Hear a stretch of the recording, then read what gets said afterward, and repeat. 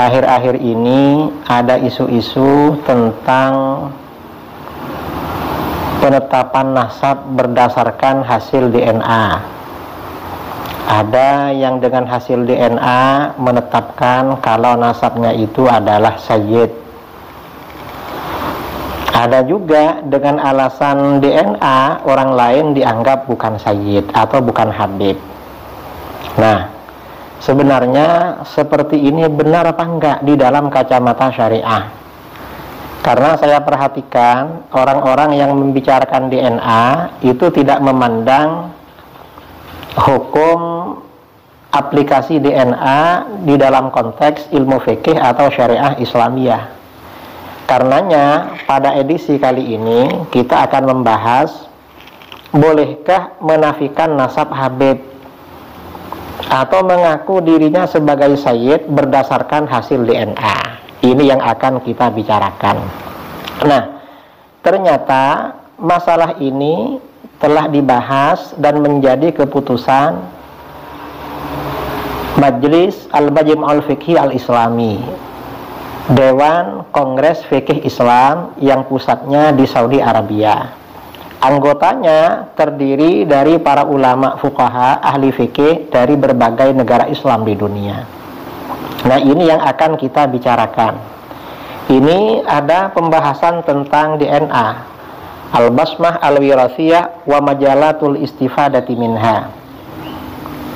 Alhamdulillahi wahdah wassalatu wassalam ala man la nabiyya ba'dah, amma ba'du. Saya untuk muqaddimahnya saya sampaikan edisi terjemahannya saja. DNA dan beberapa bidang pemanfaatannya atau kegunaannya. Alhamdulillahi wahdah wassalatu wassalamu ala man la nabiyya ba'dah, amma ba'du.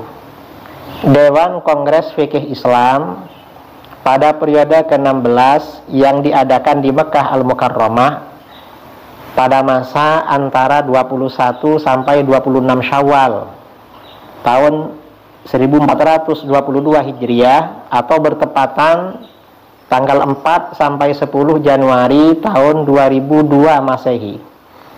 Setelah menimbang definisi yang sebelumnya telah dijadikan dasar oleh Kongres pada periode ke-15 dan teksnya adalah DNA adalah struktur gen yang menunjukkan pada identitas seseorang. Kajian dan studi ilmiah memberikan kesimpulan bahwa DNA dari segi ilmiah adalah sarana yang memiliki akurasi istimewa untuk memudahkan misi medis secara syar'i.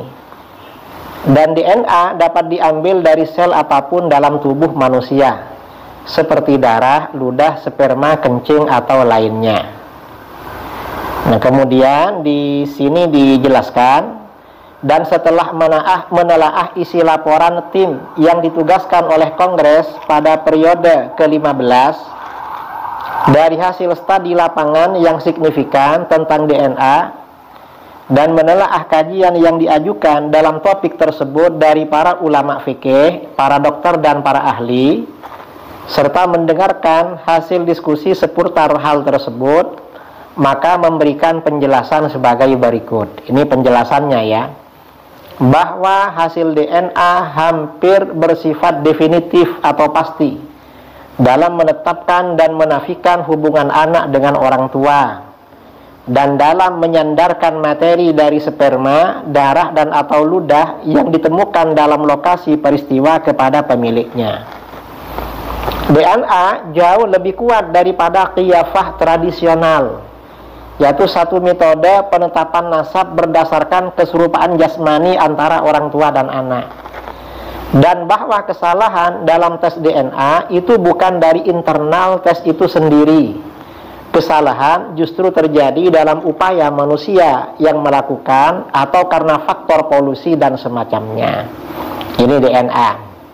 Nah, kemudian wa nahwi dzalik wa bina'an 'ala ma sabaqa qarrara ma ya'ti. Awalan, la mani'a syar'an minal i'timad 'alal basmah al-wirasiyah fit tahqiq al-jana'i wa i'tibariha wasilata itsbatin fil jara'im allati laysa fiha haddun syar'i wala qisas li khabari idra'ul hudud bisyubuhat wa dzalik yuhaqqiqul adalah wal amna lil mujtama' wa yuaddi ila nailil mujrim iqabahu wa tabri'atil muttaham wa hadza maqsadun muhim min maqasidis syariah.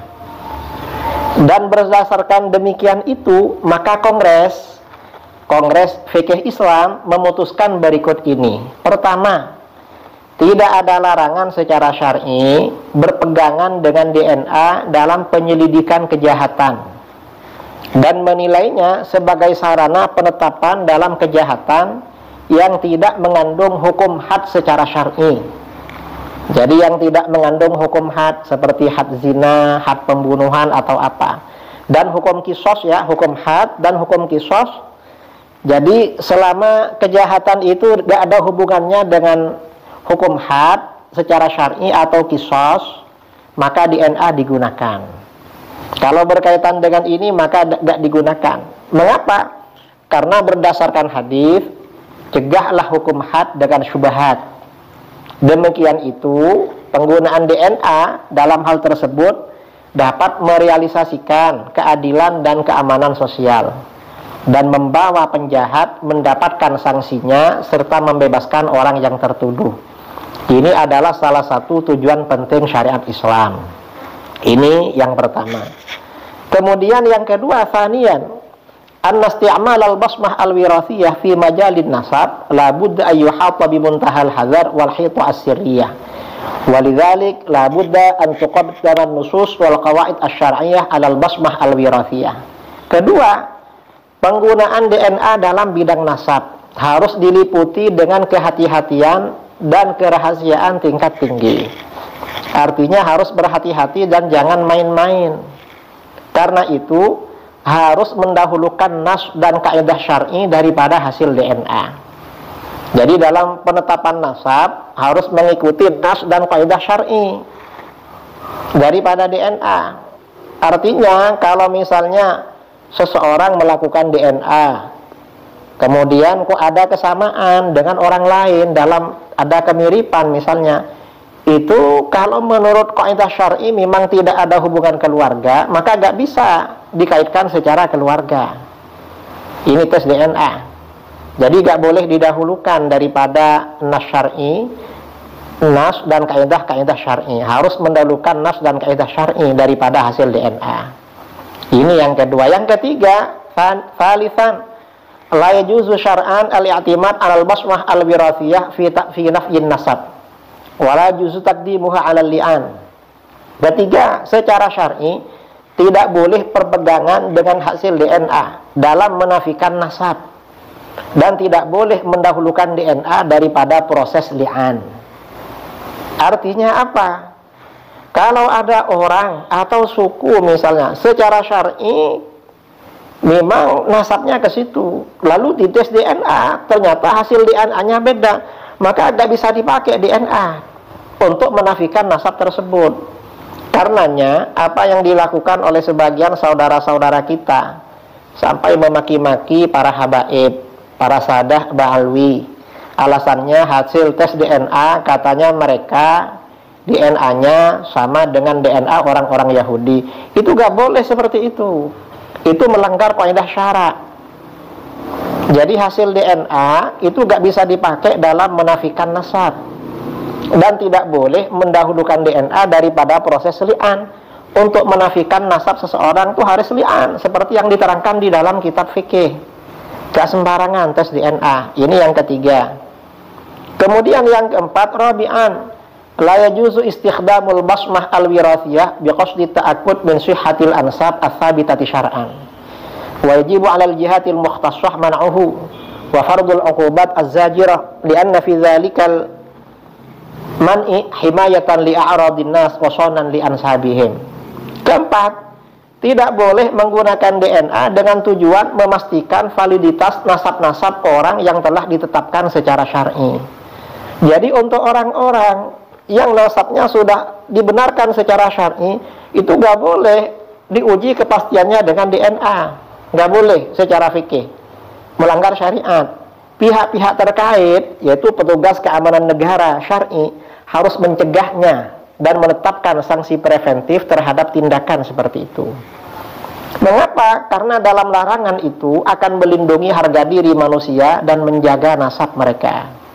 Jadi nasab itu urusan syarak, DNA itu belakangan. Ini saudara-saudara masalah keputusan tentang DNA, keputusan para ulama, dan ini ya keputusan ini diakui oleh para ulama, diterangkan di dalam kitab Al-Fiqhul Islami wa Adillatuhu karangan almarhum Syekh Wahbah Az-Zuhaili Asy-Syafi'i, di mana anak-anak pondok ya kiai-kiai rata-rata punya kitab ini, ada di sini. Dan ini juga menjadi i'timad ya, pegangan para mufti di Timur Tengah, misalnya mufti Mesir. Mufti Mesir ya, seperti di dalam Fatwa Daril Ifta Al-Misriyah yang dihimpun oleh Al-Ustadz Dr. Syauqi Alam, mufti yang sekarang. Ini juga mengambil dari keputusan Kongres Fikih Islam Internasional tadi.